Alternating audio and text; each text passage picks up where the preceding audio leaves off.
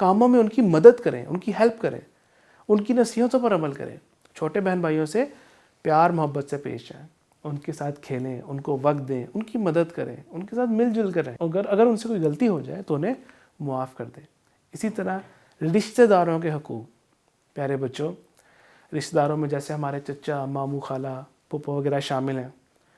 احادیث مبارکہ میں آیا ہے کہ حسن سلوک جو ہے وہ صلہ رحمی ہے. رشتہ داروں سے حسن سلوک صلہ رحمی ہے. جیسا کہ قرآن مجید میں فرمایا گیا کہ جس کا ترجمہ ہے، کہہ دیں کہ میں تم سے کوئی صلہ نہیں مانگتا، البتہ یہ چاہتا ہوں کہ تم رشتہ داری کی محبت کو قائم رکھو.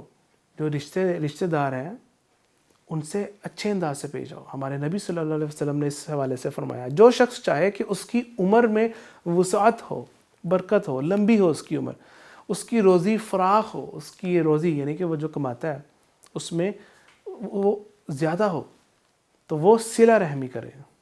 پیارے بچوں، رشتہ داروں کے کیا حقوق ہیں؟ ہم جب بھی ان سے بات کریں اچھے انداز سے بات کریں، ان سے اچھے سلوک سے پیش آئیں، خوشی غمی میں ان کے ساتھ شامل ہوں، ایک پیار و محبت کا تعلق قائم رکھیں، ان کی ضروریات کا خیال رکھیں. جو محتاج یا مفلس رشتہ دار ہیں، ضرورت مند ہیں، ان کی مدد کریں. ہمیشہ ادب و احترام سے پیش آئیں. اسی طرح اساتذہ کے بارے میں بھی ہمیں ہمارے اسلام نے، ہمارے دین نے حقوق بتائے ہیں.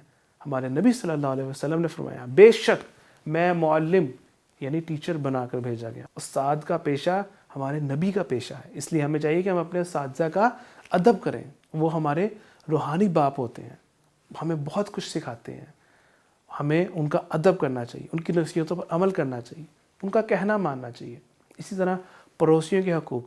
پڑوسی وہ کون ہوتے ہیں؟ جو ہمارے ارد گرد رہتے ہیں، ہمارے گھر کے ساتھ والا گھر، سامنے والا گھر. تو جو ہمارے گھر کے آس پاس گھر ہیں وہ ہمارے پڑوسی کہلاتے ہیں.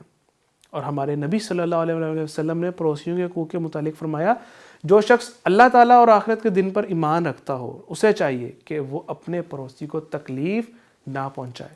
مزید فرمایا، اللہ کی قسم وہ شخص مومن نہیں ہو سکتا جس کا پڑوسی اس کے شر سے محفوظ نہ رہے. پیارے بچوں، پڑوسیوں کے حقوقوں میں شامل ہے کہ پڑوسیوں کا احترام کریں. پڑوسیوں کے حقوق میں سب سے پہلے کیا کہ پڑوسیوں کا احترام کریں. کوئی پڑوسی اگر بیمار ہو جائے تو اس کی بیمار پرسی کریں، حال پوچھنے جائیں، ان کی خوشی غمی میں ان کے شریک ہوں، مصیبت میں ان کی مدد کریں. جن باتوں سے ان کو تکلیف پہنچے ان باتوں سے بچیں، آپس میں ایک دوسرے کو تحفے دیں. مائی ڈیئر اسٹوڈنٹس، پڑوسیوں سے حسن سلوک کے متعلق مزید ہمارے نبی صلی اللہ علیہ وسلم نے فرمایا کہ اللہ کے نزدیک سب سے بہتر دوست وہ ہے جو لوگوں میں اپنے دوست کے لیے سب سے بہتر ہے، اور اللہ کے نزدیک سب سے بہتر پڑوسی وہ ہے جو اپنے پڑوسی کے لیے بہتر ہے. اسی طرح ساتھیوں کے یعنی کہ جو ہمارے ارد گرد جو دوست ہیں ہمارے، ان کے حقوق. انسان اپنے ساتھیوں اور دوستوں سے ہی پہچانا جاتا ہے. اچھے اور نیک دوست اللہ تعالیٰ کی بہت بڑی نعمت ہوتے ہیں. ہمارے نبی صلی اللہ علیہ وسلم نے فرمایا، اچھے دوست اور برے دوست کی مثال ایسی ہے جیسے مشک یعنی خوشبو بیچنے والے اور بھٹی دھونکنے والے کی. یعنی کہ مشک والا، یعنی کہ آپ اگر کسی ایسی دکان پہ جاتے ہیں جو ایک عطر کی دکان ہے، پرفیومز کی، چاہے آپ اس سے کوئی چیز نہیں بھی خریدتے تو آپ سے پھر بھی خوشبو آتی ہے جب آپ واپس آتے ہیں. تو یہ اچھے دوست کی مثال ایسی ہے.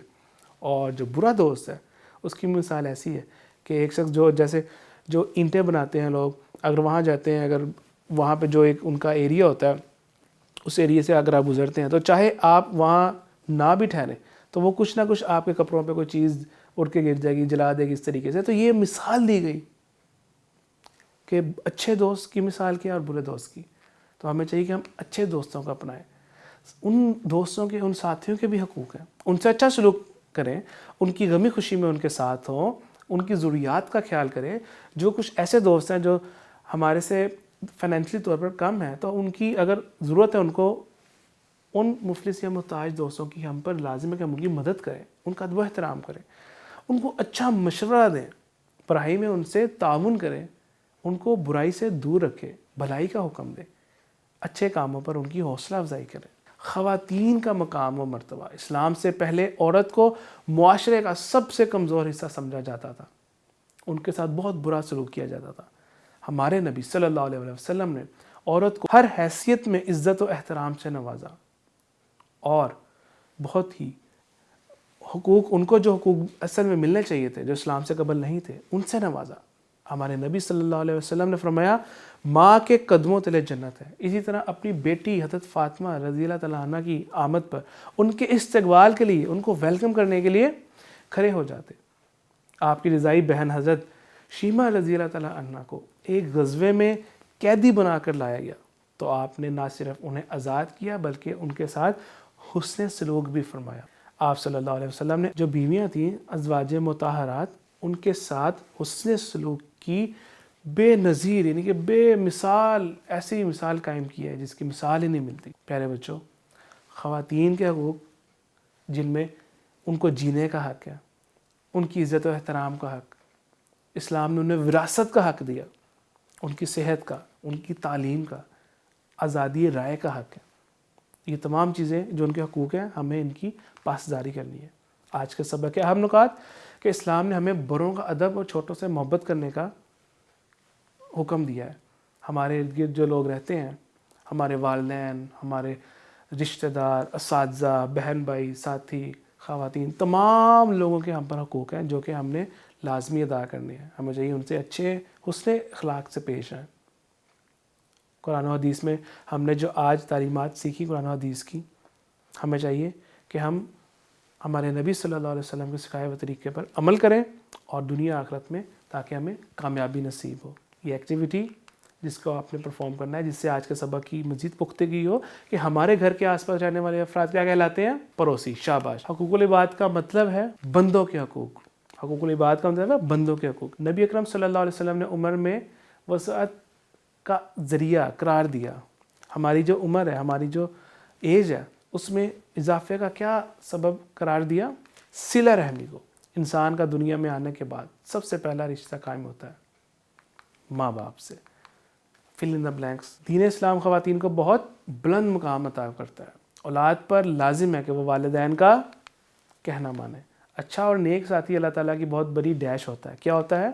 نعمت.